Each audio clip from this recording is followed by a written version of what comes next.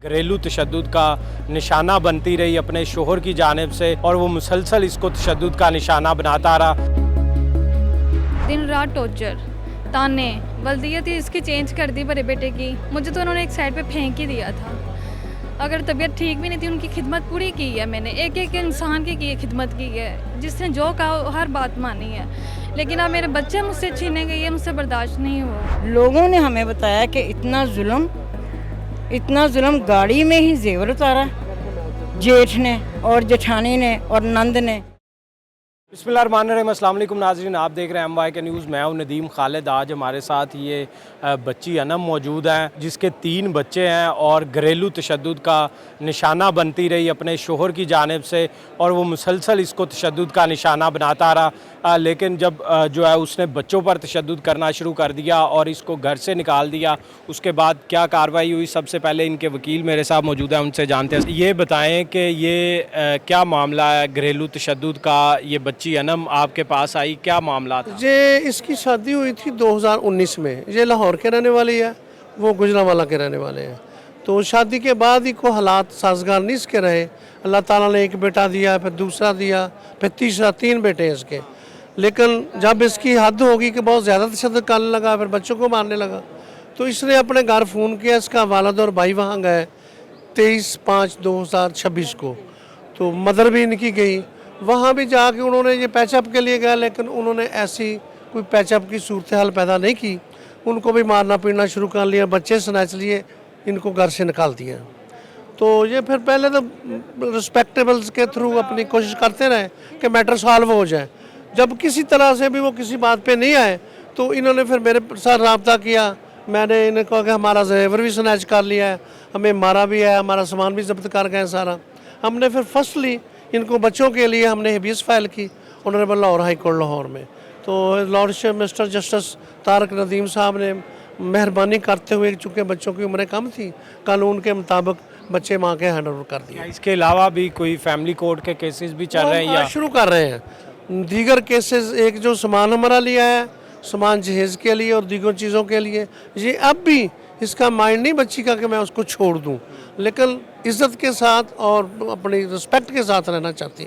वो हम दूसरे आज मूव कर रहे हैं केस जो उन्होंने जाते हैं कि ये बच्ची की वालदा मेरे साथ मौजूद है, इनसे जानते हैं। अस्सलाम वालेकुम माँ जी। वालेकुम अस्सलाम। कि ये आपकी बेटी ने कब बताया कि उसका शोहर जो है उस पर तशद्दुद कर रहा है? और अमूमन हमारी जो फैमिलीज़ होती हैं, माएँ होती हैं, वो समझाती हैं कि बेटा जिस तरह भी है घर बसाना है। तो आपकी क्या बात हुई?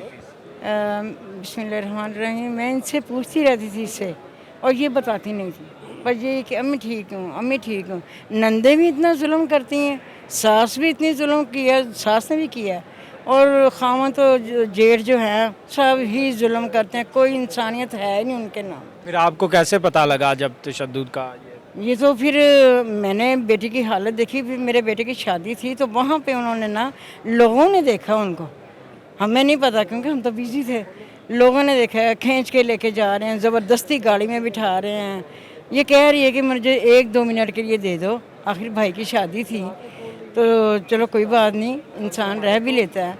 लेकिन उन्होंने बात ही नहीं सुनी। लोगों ने हमें बताया कि इतना जुल्म गाड़ी में ही जेवर उतारा, जेठ ने और जेठानी ने और नंद ने, और जुल्म भी बहुत ही करते थे, बहुत ज़्यादा। लेकिन मेरी बेटी अभी इसने बात की है, यानी कि जब से हम लेने गए हैं इनको, लेकिन उससे पहले इसने कुछ नहीं बताया। कहती है मुझसे सब्र से, मेरे से सब्र नहीं। अरेंज की शादी थी? अरेंज थी, अरेंज शादी। ये अनम मेरे सामने। ये बताएं कि कब आपके शोहर ने आप पे तशद्दुद करना शुरू किया और किस वजह से तशद्दुद पे बात शुरू हुई? शुरू में ही तशद्दुद करना शुरू कर दिया या पहले बात जो है वो बातचीत होती? नहीं, बातचीत तो हुई थी, शादी के बाद ही ना अपनी माँ बहनों की बातों में आके वो मारने लग जाते थे। लेकिन मैं सहती थी, मतलब अपने माँ बाप की इज़्ज़त को, हर चीज़ को। बहुत उनकी बहनें भी, माँ भी जुल्म करती थी, और टॉर्चर, दिन रात टॉर्चर, ताने, और मेरे अब बच्चों के मुझे छीनने लगे, जेवर छीन लिया और घर से निकाल दिया। तो ये जो है अमूमन ज़्यादातर औरतों में घरों में लड़ाई होती है कि बच्चों की वजह से। 3 बेटे हैं आपके, इसके बावजूद भी जो है वो आपको वो इज़्ज़त नहीं दे रहे? नहीं, इज़्ज़त तो बिल्कुल भी नहीं। वल्दियत ही इसकी चेंज कर दी बड़े बेटे की। मुझसे पूछे बगैर, हर चीज़ मुझसे पूछे बगैर मुझे तो उन्होंने एक साइड पे फेंक ही दिया था। अगर तबीयत ठीक भी नहीं थी, उनकी खिदमत पूरी की है मैंने, एक एक इंसान की है, खिदमत की है, जिसने जो कहा हर बात मानी है।